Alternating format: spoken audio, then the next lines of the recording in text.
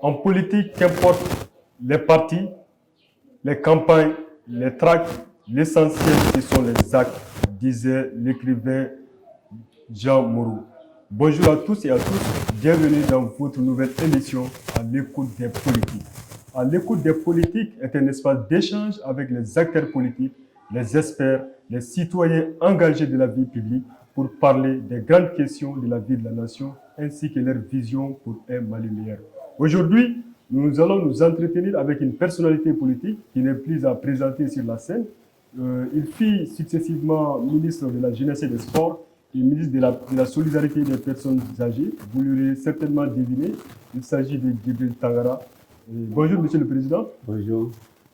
Merci d'avoir répondu à notre invitation. Vous êtes le président du parti Force citoyenne et démocratique. Merci d'être là. La première question que je m'avais vous poser est qui est Djibril Tangara? Bon, avant de répondre à votre question, permettez-moi de saluer avec honneur les auditeurs et tous les personnels de la radio TV pour m'avoir donné l'occasion de m'exprimer ce matin à votre antenne. En fait, on est mal aisé de parler de soi-même. Je suis Djibril Tangara, natif de Kenya, cercle de Sikasso, région de Sikasso naturellement. Je suis né à Kenya dans les années 50. Le père est Lassana Tangara et de Salimata Kouna. Mais mon père, il fut un opérateur économique, cultivateur d'abord, élève coranique, ensuite opérateur économique, marchand de bétail. Et vous allez comprendre après que c'est cette fonction de marchand de bétail qui a fait une liaison entre moi et la famille du président Amantoumane Touré, grâce auquel je suis devenu homme politique. Sinon, je n'ai pas opté pour la politique, j'avais opté pour le sport.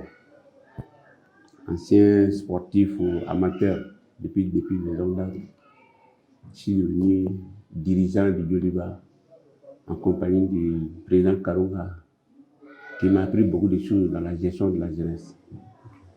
Donc, après, je suis sorti de l'école primaire de Kenya et continué avec mon père en Côte d'Ivoire à l'école Séni Fofana, où j'ai obtenu le certificat d'études primaires, et ensuite au collège moderne autoroute de Très Civil à Abidjan toujours, et après mon DF, BEPC comme on dit à l'époque en Côte d'Ivoire, j'ai continué au lycée classique de Cocody d'Abidjan.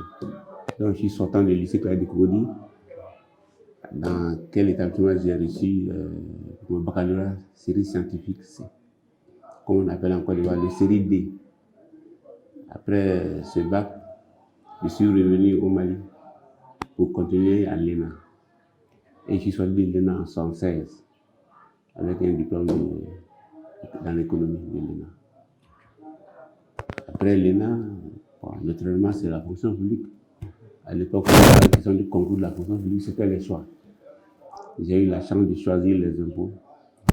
Et je suis devenu inspecteur des impôts, je faisais stagiaire des impôts. Après quelques années de stage, quelques mois de stage à Caille, j'ai été affecté à Ségou. À partir de Ségou, j'ai eu une bourse pour l'École nationale des impôts de Clermont-Ferrand en France. C'est l'École des impôts de France qui siège à Clermont-Ferrand. Donc, j'ai sorti de cette école encore. À mon retour, j'ai continué dans la fonction publique. Et c'est ça la peine de tracer, ça c'est un peu facile de tracer toute cette initiative. Mais sachez que je suis inspecteur des impôts, des classes exceptionnelles, etc., etc. Et c'est cette popularité qui m'a permis de rencontrer le peuple malien, quelque part dans l'histoire de mon parcours. Voilà tout, Djibril Tangara, très humblement à votre service. Vous étiez l'un des fidèles compagnons du fait Amadou Toumani Touré. Plus tard, vous avez créé votre formation politique. Qu'est-ce qui s'est passé exactement? Pourquoi vous n'avez pas milité pour le mouvement citoyen d'ATT? Bon, en fait, je ne suis pas un compagnon d'Amadou, c'est plutôt un jeune frère d'Amadou qui l'a sollicité au moment de la création des différentes associations, au moment où les jeunes du Mali, de l'extérieur comme de l'extérieur, ont souhaité à ce que Amadou devienne président de la République, après la transition bien réussie, bien sûr, ils ont créé beaucoup de mouvements. Il y a eu à l'époque 49 mouvements, associations créées au nom d'Amadou Touré. Et à l'époque, j'étais directeur des impôts à Sikasso. Le grand frère a dit au président des mouvements, le mouvement qui s'appelait ATA, Amadou Touré Association, dont le président était Lamine Sissé et Modibo Doumbouya, d'informer son petit frère à Sikasso s'il peut les aider à installer ce mouvement à Sikasso. Après consultation avec ses deux camarades, sous ordre du grand frère, je me suis mis à parler qu'est-ce que c'était ATA. C'était une association qui faisait les valeurs d'Amadou et qui a souhaité qu'Amadou brigue la présidence du Mali. Et c'est ce mouvement dans lequel j'ai créé et j'ai donné, grâce à Dieu, beaucoup d'ampleur à ce mouvement, à cette association à Sikasso. J'ai dirigé la campagne régionale de Amadou à Sikasso au nom de cette association. Je profite de votre antenne pour remercier toutes les associations à l'époque qui ont essayé, qui ont demandé et sollicité et obtenu la candidature d'Amadou Touré, parmi laquelle il y a Espoir 2000, il y en a plein, pour ne pas créer de frustrés, je ne vais pas me permettre de tout citer, mais que tous les présidents qui existent aujourd'hui sachent que je suis là à leur nom. Parce que c'est grâce à eux que je suis devenu homme politique. Donc, nous avons créé ce mouvement. Et lorsque Amadou a été élu président de la République, il m'appelait Doro. Ton mouvement, il est là, ça fait 49 associations. Comment je peux vous aider? Parce que vous avez de divers horizons, vous ne me connaissez même pas. J'aurais souhaité que tu les rassembles dans un mouvement que vous allez appeler un mouvement citoyen. Ceux qui vont accepter d'être ce mouvement citoyen savent qu'on va travailler. Mais ceux qui veulent évoluer en solo, ils seront libres et je pourrai les aider autrement qui ne serait pas ton canal. Et j'ai pris mon panel, toujours en négociateur. Je suis arrivé à avoir au moins une trentaine qui ont accepté d'abandonner leur statut d'association pour se confondre dans le mouvement citoyen. Donc, c'est en ce moment que nous avons fait le mouvement citoyen. Je salue là Modibo Sylvé et Modibo Doumbouya toujours, qui fut avec pas mal d'autres qui ont été l'animateur de ce mouvement, qui ont fait le statut. Et quand le statut était fini, nous avons planté au président de la République. Il dit bon, Tangara, comme ça qui a fait tout ça là, forme-moi un bureau et vous allez créer le bureau du mouvement citoyen. C'est ainsi qu'on a créé ce bureau du mouvement citoyen avec Diane Semega, que je salue au passage. Et il était mon vice-président pendant les 5 ou 6 ans de la vie du mouvement citoyen. Donc pendant 5 ans, j'ai été président du mouvement citoyen et nous avons dirigé ce mouvement comme il s'est dit là.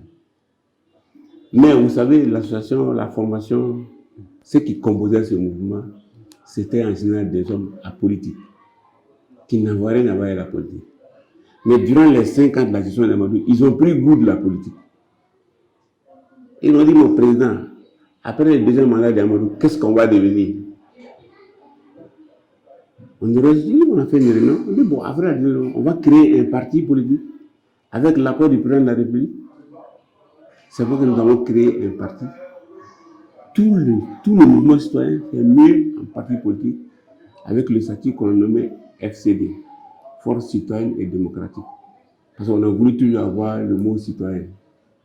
Et ça, le président tient à cœur. Et le nom, on a dit Yeredon Ton. Mounoumo Yeredon, Kwatoa Kono. Niti Yeredon, il boit Kono. Donc, c'est un parti qui était basé sur l'enseignement, la culture malienne. En un mot, un peu, les dispositions de Koukanfoua. Qui Yeredon Kassokadoa. Et nous avons créé le mouvement citoyen comme ça, la FCD comme ça. Et à la création de la FCD, le premier congrès a eu lieu à Sikasso. Mais avant le premier congrès, il y a eu des problèmes. Entre-temps, je n'étais plus au gouvernement. Bon, des gens se disaient, bon, quelqu'un qui n'est plus au gouvernement, est-ce qu'il faut le suivre? Bon, simplement, il dit, moi, je ne suis pas au gouvernement. Et ce n'est pas à cause du gouvernement que j'ai fait le mouvement citoyen. Naturellement, j'avais des portes d'entrée sur tous les militants, quelques opérateurs économiques, mais c'est moi-même mon salaire. Tout ce que je pouvais trouver, que j'ai pris dans ce mouvement. Il n'y avait pas de cotisation pour payer le loyer. On logeait à la CI 2000. Il n'y avait pas de cotisation pour payer les infirmiers. Tout ce matériel que vous voyez là, c'était le mouvement citoyen. Bon, il y en a qui ont pensé qu'il fallait plus suivre Djibril parce qu'il n'est plus le ministre. Mais dans l'idée du président Amadou, c'était nous lancer FCD, parti politique, et une branche mouvement citoyen. Donc ceux qui ne voulaient pas rester dans le parti devaient aller dans le mouvement associatif, mouvement citoyen, pour que d'après lui-même, à sa retraite, il puisse téléphoner Tangara ou le Matou, Simena, comment vont vos amis dans le mouvement citoyen. Et ces mouvements citoyens devaient rester comme organe populaire, la FCD, qui devait être l'organe politique pour les gens qui ont aidé Amadou, qui n'étaient pas au départ politiques, mais qui ont aidé Amadou, qui voulaient être politiques après. C'était l'instrument qu'on avait mis à leur disposition. Après la création de la FCD, aujourd'hui, peut-on connaître mission, rôle et la vision du parti? Bon, en fait, la vision du parti n'a pas changé. Okay. Nous faisons toujours dans son article du premier et deuxième alinéa, nous faisons toujours le combat du président Mahamat Touré. Vivant ou mort. Mais vous savez, quand il y a un parti... Quelle est cette vision? Bon, la vision, c'est aimer le Mali. Okay. Travailler pour le Mali, se battre pour le Mali. Et en extension, se battre pour l'Afrique, pour les valeurs africaines, les cultures africaines, les cultures maliennes. C'est tout. Et il nous arrive quelquefois de faire... Nous n'avons pas dit qu'on veut être président. Mais on aide ceux qui veulent le président avec une vision claire qui a un recoupement avec le président Mahamat Touré. C'est pourquoi la FCD a toujours suivi ce chemin-là. Dans ses premiers temps et deuxième temps. Un parti politique est créé pour la conquête de l'exécutif. Je suis d'accord, un parti créé pour la conquête du pouvoir. C'est dit, si on a le pouvoir, on ne refuse pas. Mais pourquoi vous ne partez pas à la conquête? Mais pourquoi aller à la conquête du pouvoir? Attendez, disons, on arrivera. On arrivera. Tout le monde est appelé. Je suis en train de parler de notre base. Okay. Nous cherchons. Nous avons des conseillers. Okay. Nous avons des députés. Okay. Mais vous savez, aujourd'hui, pour être président de la République du Mali, depuis longtemps, nous l'avons dit, il faut avoir beaucoup de sous. Ou bien il faut avoir des relations internationales. Un bailleur de fonds international qui va vous endetter. Vous allez être président avec ces sommes-là. Vous serez obligé de le payer. Donc, rentrer là où le Mali ne veut pas rentrer. C'est ce qui nous arrive. On a de l'argent. Personne n'a fait la campagne avec ses propres sous. Ni l'État ne sont pas. Mais c'est avec l'argent de l'extérieur. Ou quelquefois l'argent mal acquis. Et qui devient président.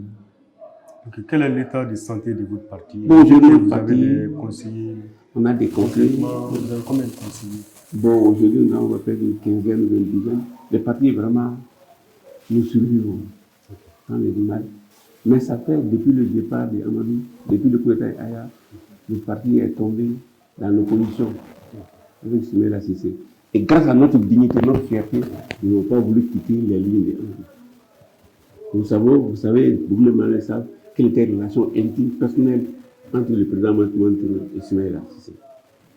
Quand il y avait le combat entre Soumaïla et Soumaïla, nous avons choisi Soumaïla.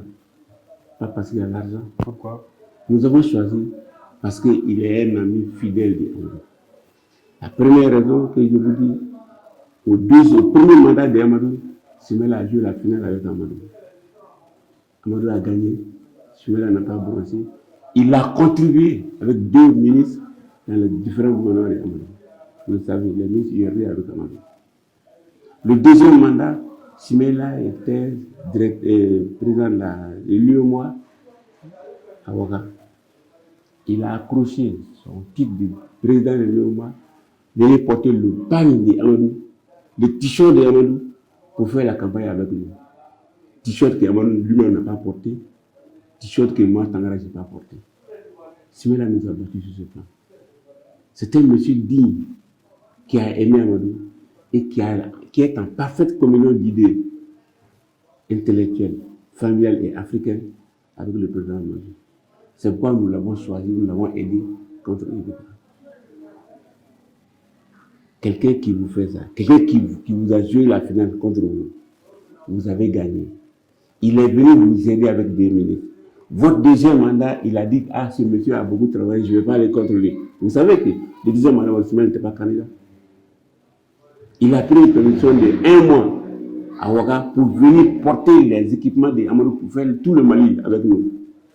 Et quand Amadou n'est pas là, si le monsieur est le candidat, en force citoyenne et démocratique, il y aurait d'autres, il y aurait d'autres. On s'est sacrifié âme d'Amadou. Même quelquefois, au simple communal, l'URD a mis des candidats contre nous-mêmes, nos candidats au communal pour nous battre. Mais ça ne nous a pas empêché de suivre l'URD. Moi-même, dans mon village à Kenya, dans ma commune, l'URD a mis un candidat contre moi, j'étais candidat. Et avec l'argent, ils m'ont battu.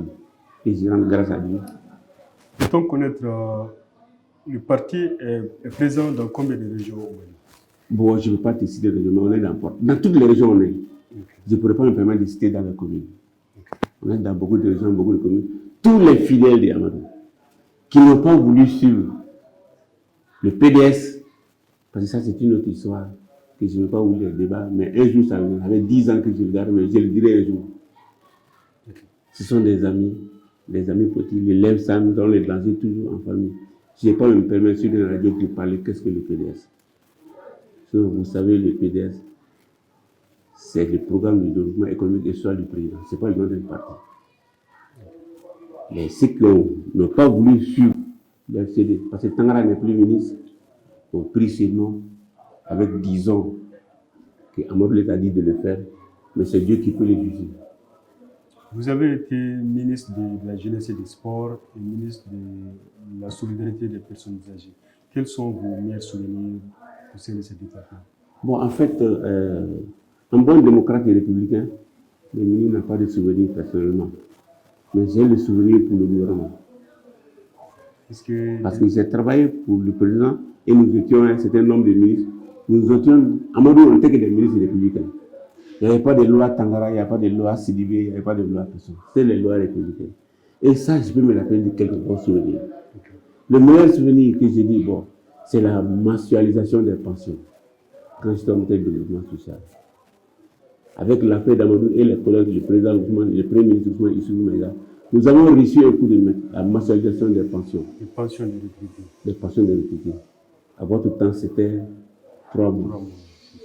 Et ces souvenirs, j'ai dit au président Amadou, avec l'appui de Ousmane Issoufou, qui cherchons à mensualiser les pensions. Nous l'avons réussi. Un autre bon souvenir, c'est encore l'amour. L'assurance maladie obligatoire. Que les Maliens ne peuvent pas oublier. Et là, j'étais obligé de développement social. Mais ce n'est pas mon œuvre. C'est l'effort de tout le gouvernement et la vision du président Mamadou et le Premier ministre Ousmane Issoufou et tous les autres collègues du gouvernement. Je leur dis merci. Et encore, il y a beaucoup de choses que je ne peux pas oublier. On ne peut pas oublier également le vérificateur général, le VEGAL, dont la création a fait énormément de bruit au sein de la classe politique à l'époque. Le président Feu Ibrahim Boubacar, le président de l'Assemblée nationale. On a eu tous les combats pour faire passer cette loi. Et là, c'est une fierté du gouvernement d'Amadou Touré. Et ça continue tous les autres. En cité, on n'en finira pas. Et pour moi, ce n'est pas Tangara, c'est la fierté du peuple malien à l'époque qui a eu confiance en Amadou pour 2 mandats. Voilà. Un mot à l'endroit d'Amadou, qu'est-ce que vous retenez de l'homme? Bon, Amadou, je regrette tout. Je regrette physiquement l'absence de l'homme. Et ça, c'est le plus important. Je regrette l'absence des conseillers, du grand frère. C'est très important. Mais prions Dieu pour Amadou, prions pour sa jeunesse, pour ses enfants, prions pour sa femme. Et prions pour tous ceux qui ont aimé Amadou. J'ai une pensée pour tous ceux qui ont aimé Amadou, et tous ceux qui l'aiment encore, et tous ceux qui prient encore pour lui. que Dieu leur propose. Et vous-même, vous, ceux qui parlent normalement par jour, que Dieu vous bénisse. C'est un homme incommensurable. Ok, parlons de l'actualité, Monsieur le Président. Aujourd'hui, vous n'êtes pas sans savoir que le Mali est dans une profonde crise. Et la transition est en cours. Quelle analyse faites-vous de la marche de la transition? Bon, vous savez que le Mali a commencé une descente aux enfers depuis la suite du président Mahamat Touré. Avec la transition du président Aya, la transition de Djongouna, jusqu'à l'arrivée du président Ileka, un grand frère que je respecte énormément. Le Mali a commencé une descente à l'enfer. Et surtout, l'insécurité. Sur tout le territoire du Mali. À Mopti, on ne fait plus d'élevage. À Gao, il n'y a plus d'élevage. À Mopti, il n'y a pas de pêche. À Sikasso, il n'y a pas de culture. À Nyono, il n'y a pas de culture. Ni le coton, ni le riz, c'est bas. Il y a une insécurité. Personne ne peut aller faire pêche ces animaux à partir de là de Mopti, en son moment.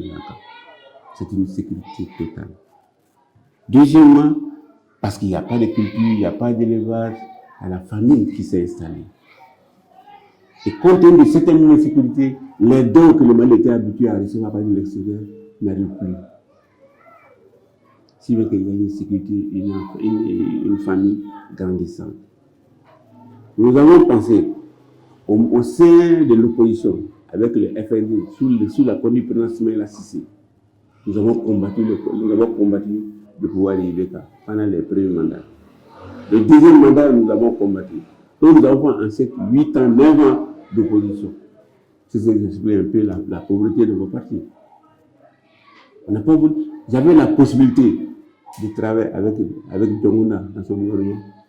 J'ai dit non, le pouvoir qui a chuté à Mali, je n'irai pas. J'avais la possibilité de travailler avec Ibeka.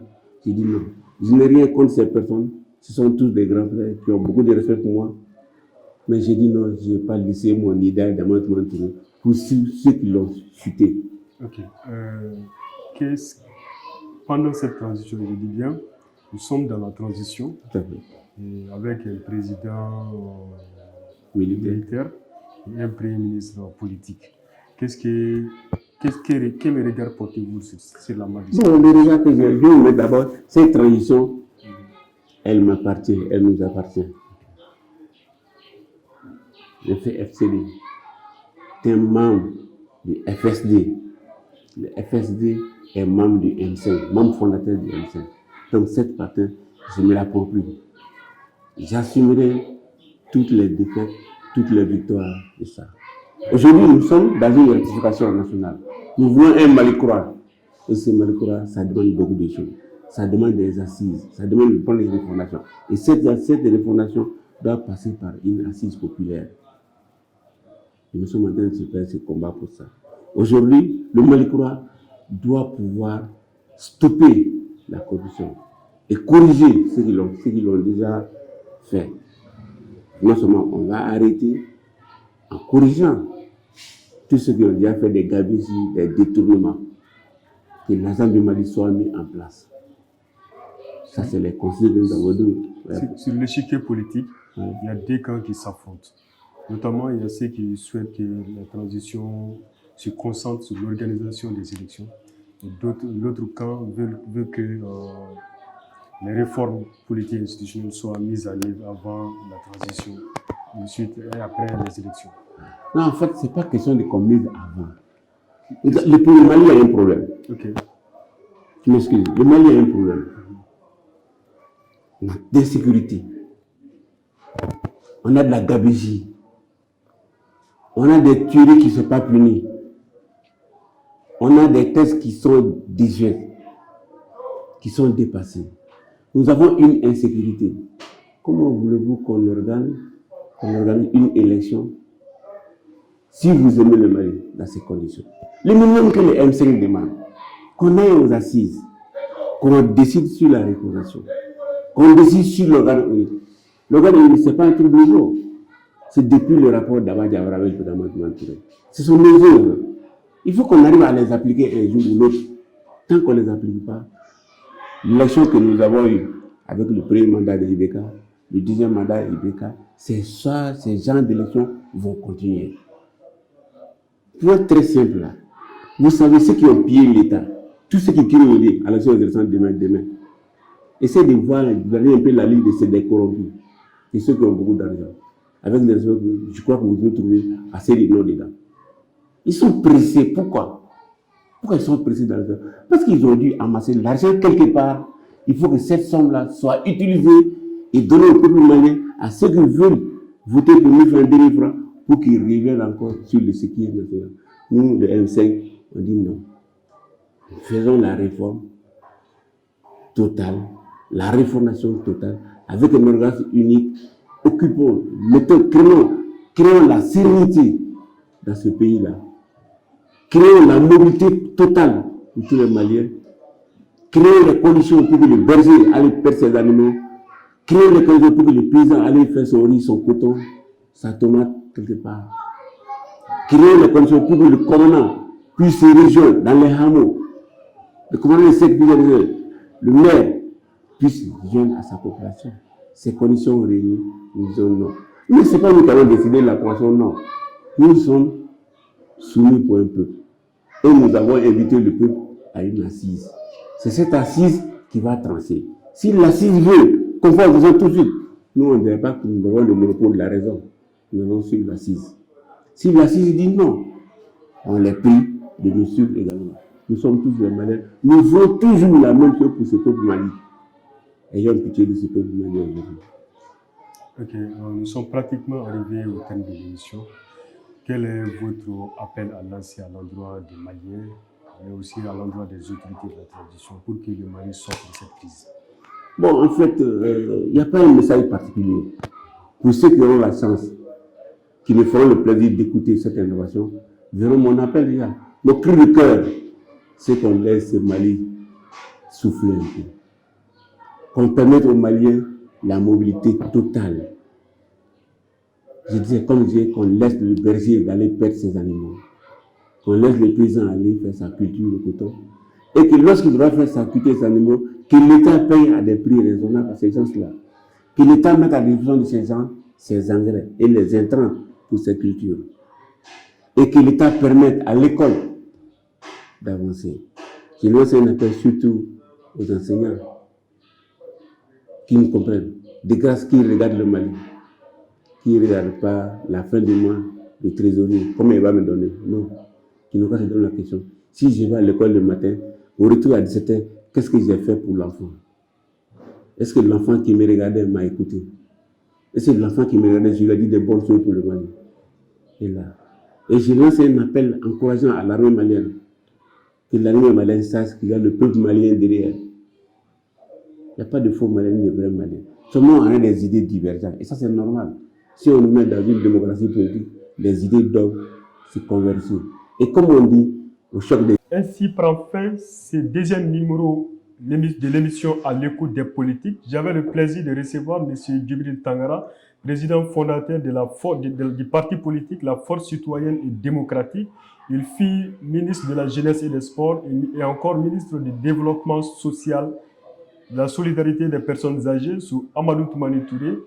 Et je vous donne rendez-vous pour un nouveau numéro de l'émission À l'écoute des politiques. Et j'écoute cette émission avec cette citation de Jean Détour qui disait que toute carrière politique, si triomphale soit-elle, a ses éclipses. Et à la prochaine fois, Inch'Allah.